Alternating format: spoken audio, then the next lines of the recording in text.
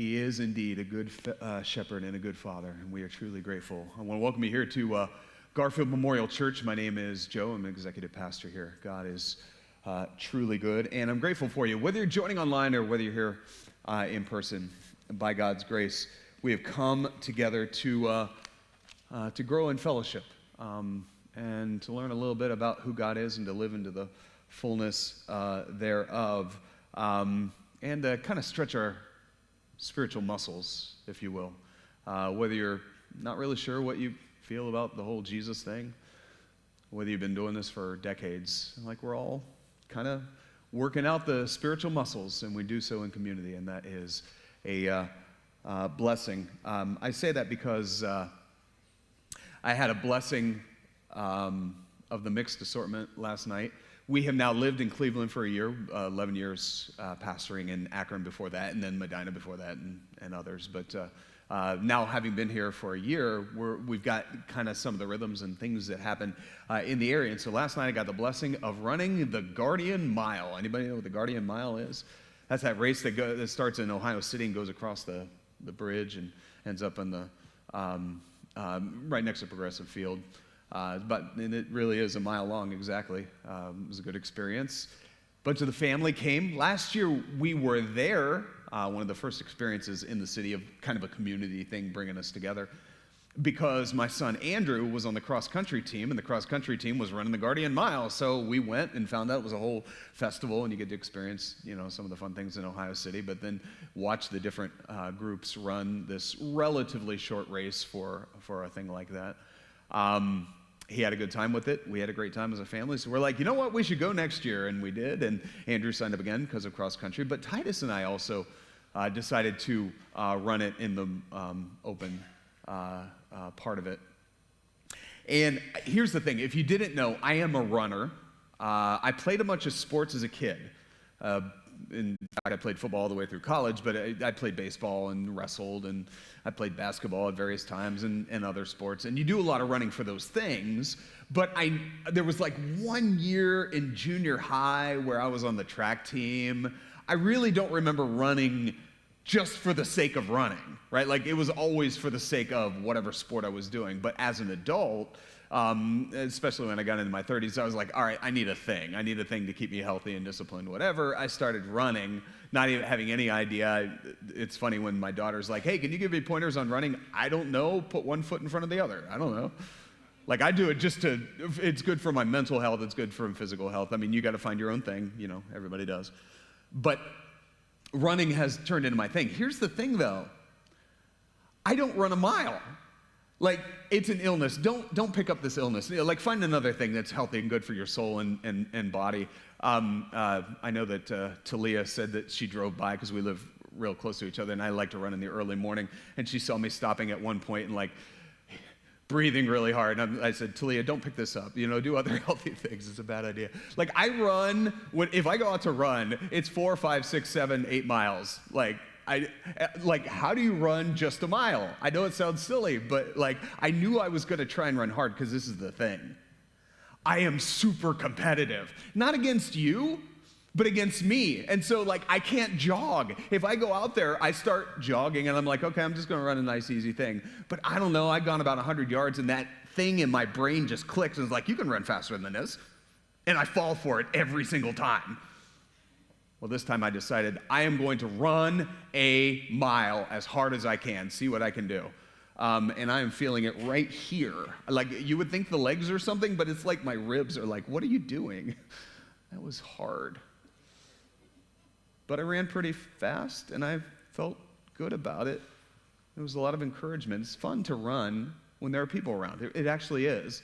I've actually run, it's been 10 years ago now, I ran a full marathon. I'm only doing that once in my life, never done that again. But you hear the people as you're running by and you feel the encouragement. It's actually really cool. Like if you get a chance to do this, even if it's just jogging or a run, walk, whatever, the people, invariably, thousands upon thousands of people know the drill. You're going to encourage people, and it makes me feel good about humanity, by the way. But I was running this mile hard, and here's the thing. I'm asthmatic, which is why Talia saw me that way. Because every once in a while, I just my air just can't keep up with it, right? And So anytime I'm running, I sound like a freight train because that's just, the lungs don't work in quite the right way, or at least the airways don't work quite the way they're supposed to. And so when I'm running along, you may be cheering me on, but all I can hear is just like general background noise. It's uplifting, but it's like general noise. When I was running across the bridge, I knew my family was going to be there watching the thing, and ended up there were a bunch of them there. And I even had kind of a guess as to where they would be, but I was locked in. I was running that race as fast as I could. I'm going to see how well I can do this thing. There was only one voice that I heard that entire bridge run for 1 mile. I heard a bunch of people, like general background noise. There was only one voice that I heard loud and clear above all the others. I heard Naomi go, "Go, Dad!"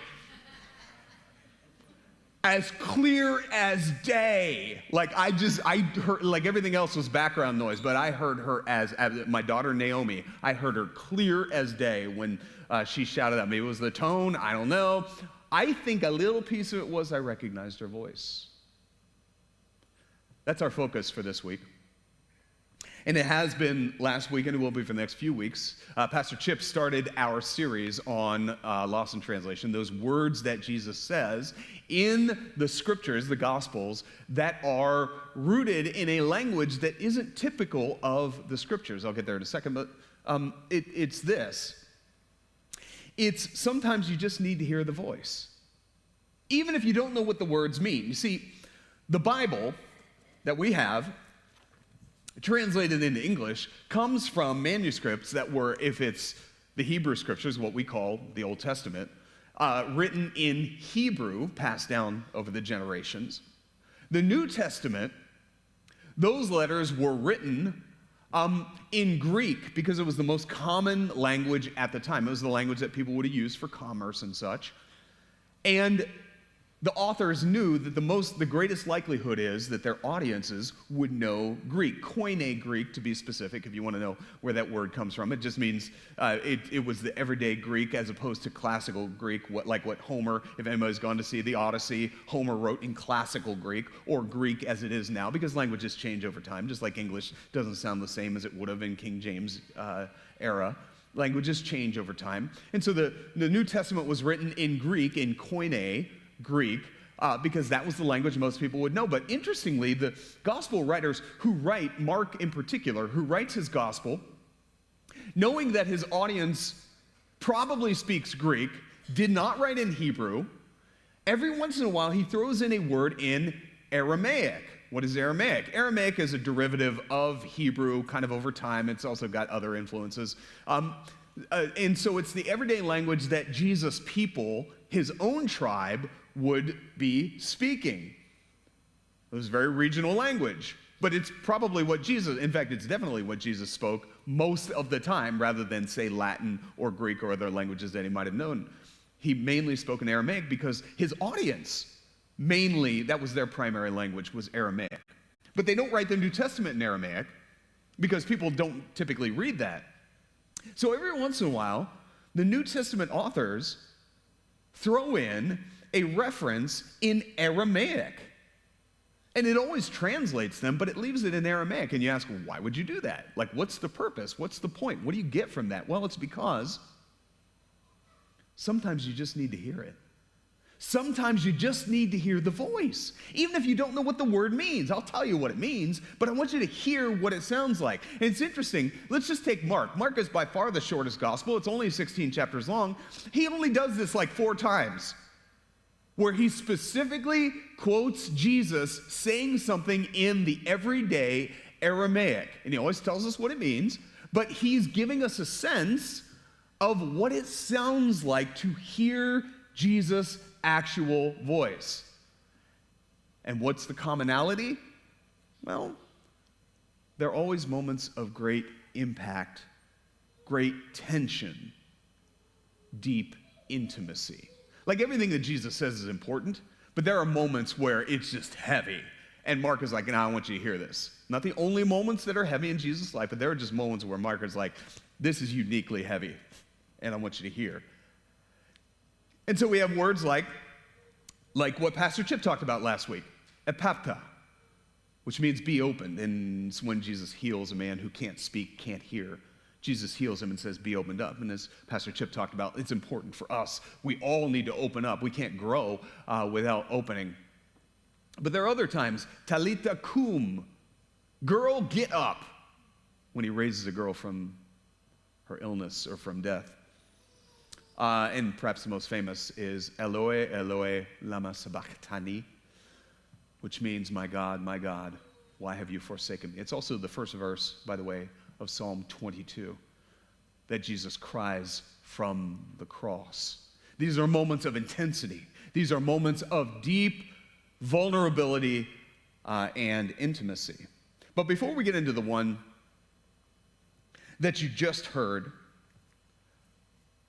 from Akil and Talia in the Gospel of Mark, I want to lay the groundwork with another passage that you've probably heard, even if you haven't spent much time around church. If you've been to very many funerals, there's a really good chance you are familiar with one psalm above all others, and that is the 23rd Psalm, a Psalm of David.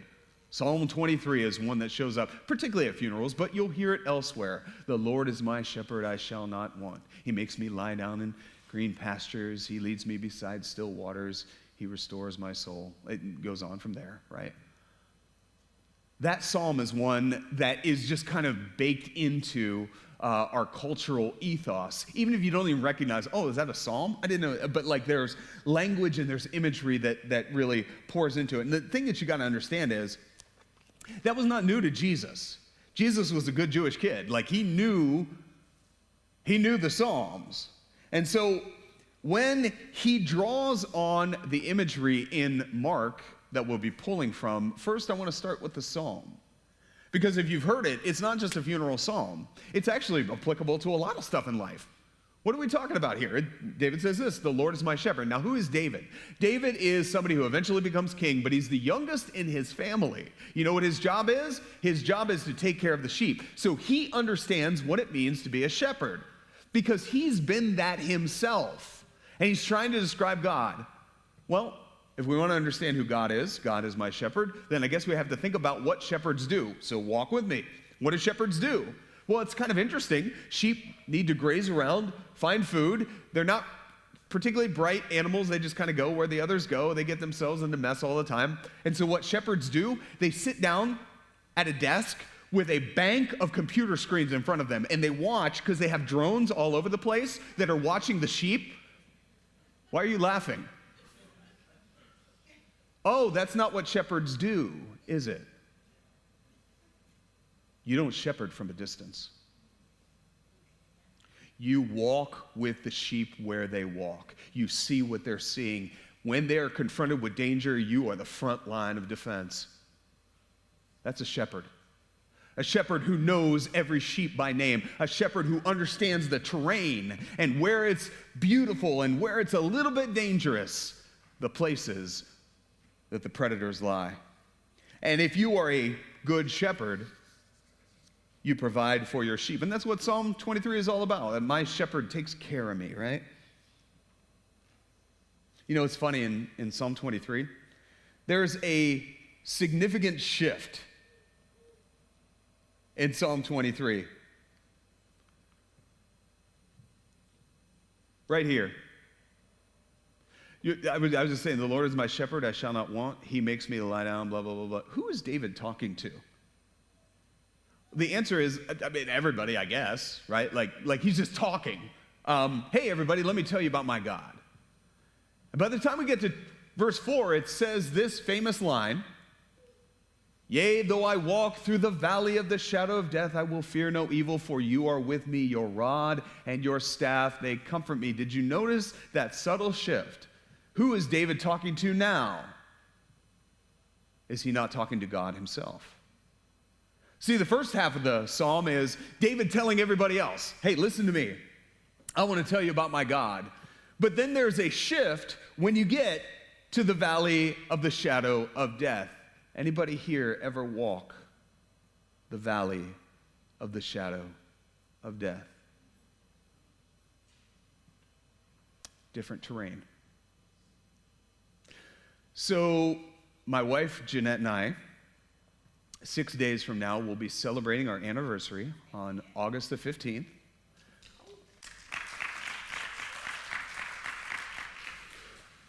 God has blessed us. We have 7 children, if you didn't know. And on Saturday, it will be 28 years that we've been married. God has really blessed us. We're grateful for that. Thank you. The best that I can tell you is this: every moment of our lives has been absolutely perfect with no problems whatsoever. Why are you laughing? I don't understand. I keep saying funny things and didn't think about them. If you've been in a relationship of any sort, forget romance. I mean, that's one thing, but like a relationship with parent or child or neighbor, for crying out loud. If you interact over a long period of time, you know there are ups and downs. And again, it's not even just because 2 or more people are in relationship with each other. It's because life is life. You know what I mean? Like, stuff just happens. And sometimes it's the people involved, and sometimes it is life just being life. And for us, the hard year by a long shot, the hardest year by a long, it's not even close, was year 3. Not because it was year number 3, that just happened to be the time. I came here a year ago. My first sermon that I preached, I talked about some of that. It was that Jeanette was pregnant with our second, Matt, our son. She had all kinds of problems. We had sonograms that said that he would not be healthy when he was born. He ended up being pretty healthy, which was a miracle, and it's an incredible God story, but that didn't make it easy. He was premature by quite a few weeks, spent a week in the NICU, actually came out pretty well, but was in and out of the hospital his first year of life. That was hard. At the same time, Jeanette's mother was diagnosed with stage 4 ovarian cancer. A lot of guys make fun of their mothers-in-law. I need to be honest with you, I don't get it. My mother-in-law was incredible. We started dating in college. At that time, I was playing football, and we worked really hard all the time, all year round. And I would regularly, this is no joke, I weighed 150 pounds. I tried to gain weight, I couldn't do it. I would regularly eat 10,000 or more calories a day because we would just burn it off, working out and practicing for 3-4 hours at a time. I love that woman because she fed me. And she loved me because I ate her food. She would make these big old pots of spaghetti, and it was the best spaghetti I've ever had in my life. And like, her family would be sitting around the table, and I'm there, just Jeanette's boyfriend, right? Like, and they're all sitting there talking for like 2 hours, and I'm still eating. She loved me. We had a great relationship. I love my mother-in-law. Stage 4 ovarian cancer.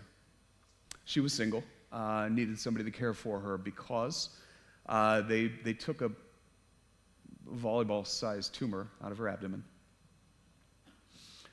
Spread throughout the body, so they did the best they could, very aggressive chemotherapy. Right around Christmas, it put her into a coma. And she decided after that to go into hospice care. She lived about 4 months in hospice care. She needed a caretaker. Jeanette has a couple brothers. Both of them were in grad school. One is a physician. He was actually doing residency, and so there's just a limited amount of time that they could be there. They did the best they could. Jeanette had the most flexibility. She, with the newborn, who was in and out of the hospital, had the most flexibility. She just did. And she would spend 5 or 6 days out of the week with her mom in Worcester, because that's where they live, while I was helping pastor a church in Winona. And God bless you if you have any idea where Winona is, but it's an hour from Worcester. I was there with Zach, our oldest, who was 2 at the time. And we lived in different worlds while she cared for her dying mother. You ever walk through the valley of the shadow of death?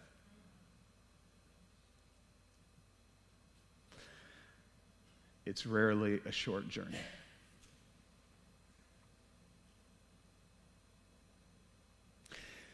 Jesus was walking through the valley of the shadow of death. I promise that Jesus knows more about Psalm 23 than I could ever know. He grew up reading and just digesting the Psalms and living them. And when he was in those moments that he knew David was feeling, Jesus pulled on that thread. And Jesus, in Mark 14, which you just had read to us, is feeling what David is feeling in the valley of the shadow of death. It says that he is, quote, distressed and agitated. What a beautiful way to put it. You ever been distressed and agitated? grieved to a point of death. Are you feeling Jesus? Have you ever walked a path where you were there? How? Why? Jesus knows how the story is supposed to go. We as humans have been given free will. We could do the right thing, but we have repeatedly chosen the wrong thing. But God knew we would mess up. God didn't create us to mess up. He knew we would. So Jesus had this plan. Hey, I'm going to lay down my life and rise again from the dead, and that will create the pathway by which humanity can live into the fullness of life forevermore that we were made for. And Jesus knew that's how the story was going to go. In fact, he told his disciples, guess what, fellas? At some point or another, they are going to unjustly murder me, but I will rise again and overcome even death itself. That is a wild story. His disciples couldn't make sense of it, and therefore they were like, huh? Even though he said it repeatedly. Jesus knew the story. It's one thing to know the story. It's another to live the story. And where was he in the story? He had already been betrayed by Judas. This is right before they crucify him. His political enemies are on the doorstep. His religious enemies have conspired together. Even people that hate each other politically have all come together. We got to silence this Jesus guy. They all come together to silence him. He knows that they are metaphorically on the doorstep. So he surrounds himself in that Last Supper with his disciples. And then he goes to the Garden of Gethsemane to pray. And as he is praying, he's surrounded by his closest set of allies, his disciples, the ones that have not turned their backs on him. And he says, I want you guys to stay awake and pray because I am hurting. I am dying. And how do the disciples respond to that? They fall asleep. You ever walk through the valley of the shadow of death?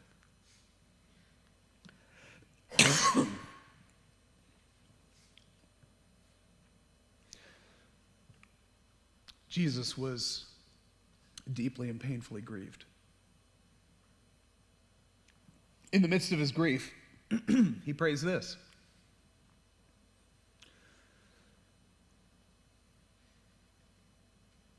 Abba, Father, you can do absolutely anything. You see this cup that I'm holding? I don't want to drink it. But not what I want, what you want.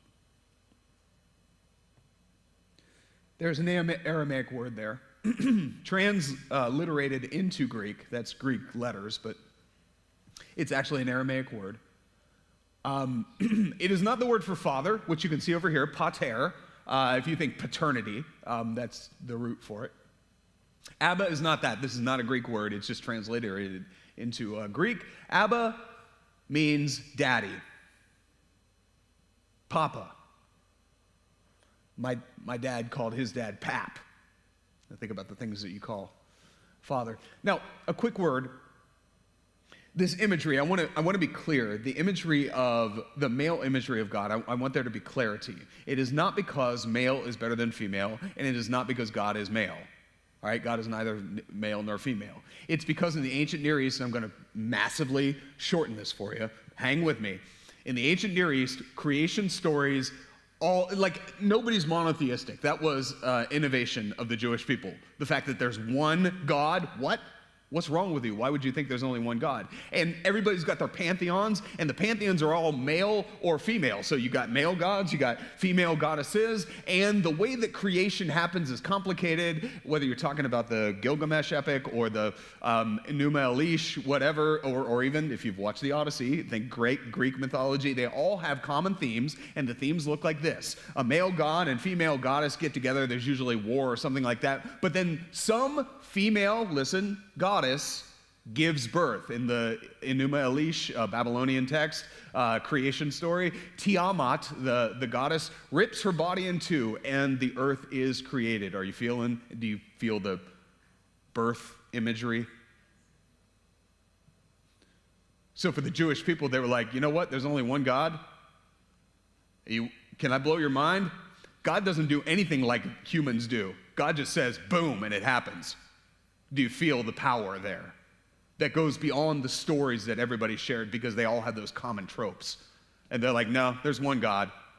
And so the male imagery is not because God is male, but because there's an authority that goes with it. But uniquely, God is not female in making things from birth. God just says, bam, and it happens, right? Like that speaks. It's not because God is male or that's better or anything like that. So that male imagery, interestingly, the Old Testament is really huge. You know how often God is referred to as Father in the Old Testament? It's like 14 or 15 times.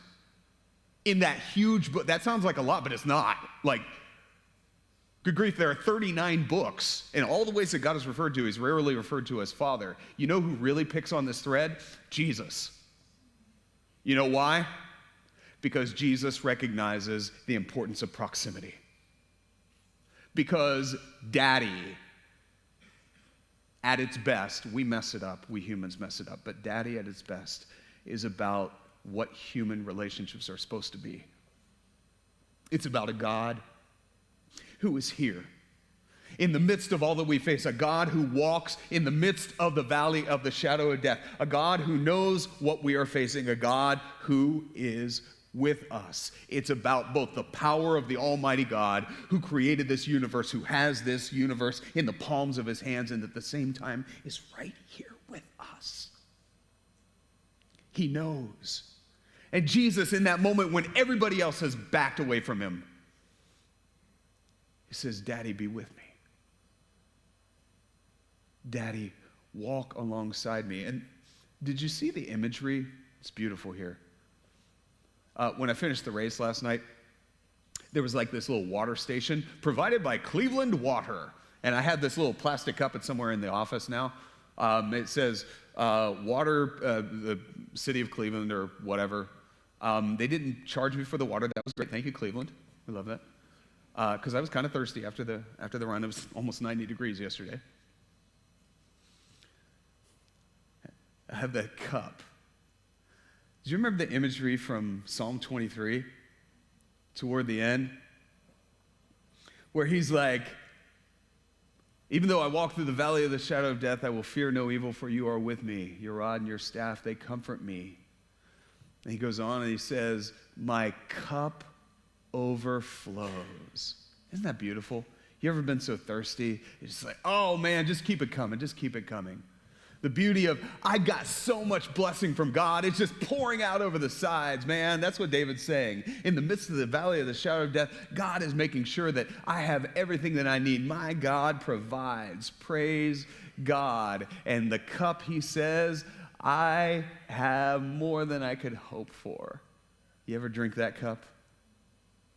You ever drink the cup that's filled with the medicine you don't want to take? You been there? When the cup put before you is filled with the medicine that doesn't make you feel very good. The cup that's full of the medicine that you know you should take, you know it's the right thing to do, and it's miserable. You had that cup in front of you? God, everything is possible with you. And I got the cup that David is talking about sitting in front of me, but it's full of a really awful beverage. And if there's any way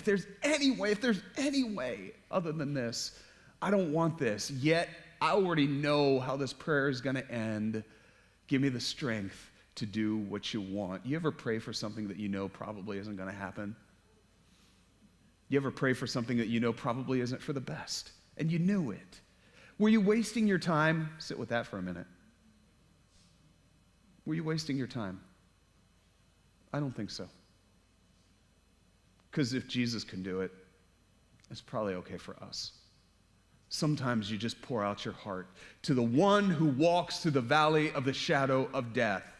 Because see, that's what this is all about. This is Jesus in the valley of the shadow of death, crying out to his daddy, come be with me, because our world is full of people who are walking through the valley of the shadow of death. You been there? If you haven't, you will. I hate to be the bearer of bad news, but trust me, you will walk through the valley of the shadow of death, and you probably have more than once. And it's not always the same. Like the valley of the shadow of death hits us in various ways, and sometimes we're walking just because life is as it is, and there are some people on this planet Some people in our midst who are walking through the valley of the shadow of death because of the stuff we do to each other. You know what? He's there.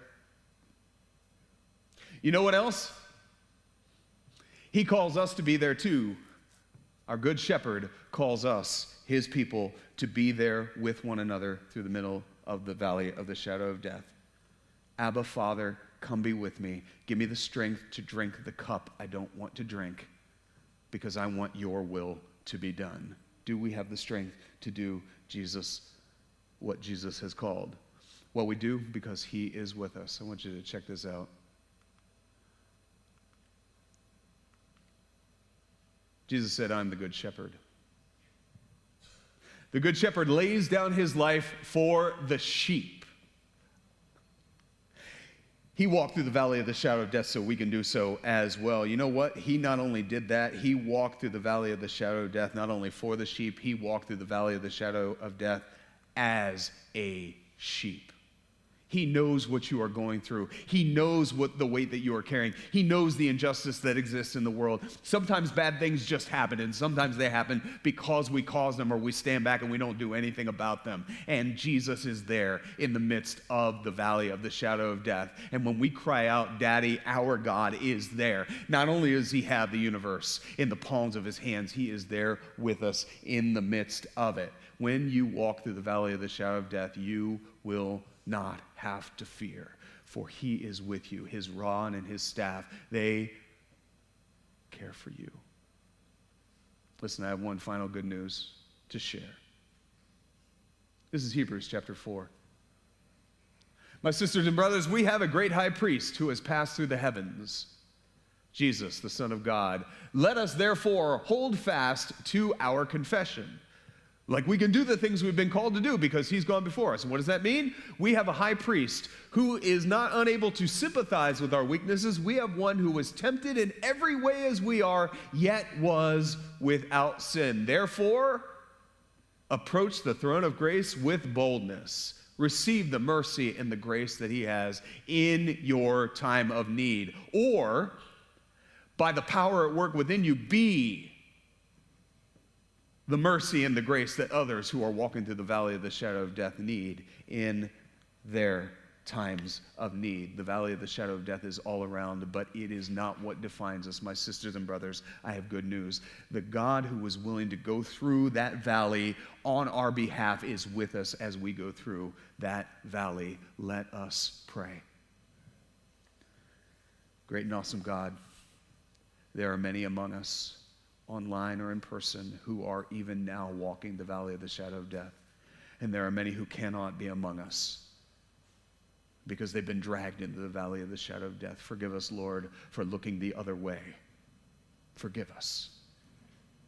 And God, by your strength and your mercy, be with us no matter what caused the valley that we find ourselves in, because you are there with us. By your grace and by your strength, give us all we need to be the people you've called us to be.